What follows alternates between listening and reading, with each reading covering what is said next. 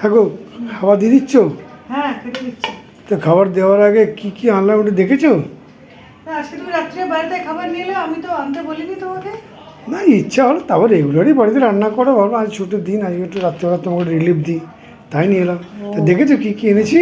হ্যাঁ, এই তো খুলছি, দেখছি। হ্যাঁ। ফ্রাইড রাইস, হ্যাঁ, ফ্রাইড রাইস। চিকেনটা কষা কষা করে হয়েছে। হ্যাঁ, চিকেন কষা। আর এটা কি নিয়ে এসেছো গো? এটা কি? পনির। পনির?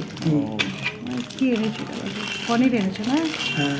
ছোটো ছোটো পনিরের পিসগুলো করেছি, একদম ছোটো ছোটো।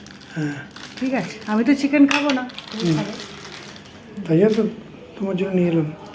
পনির, হুম। আমার জন্য পনির, তোমার জন্য চিকেন আর ফ্রাইড রাইস। হ্যাঁ। দারুণ হয়েছে।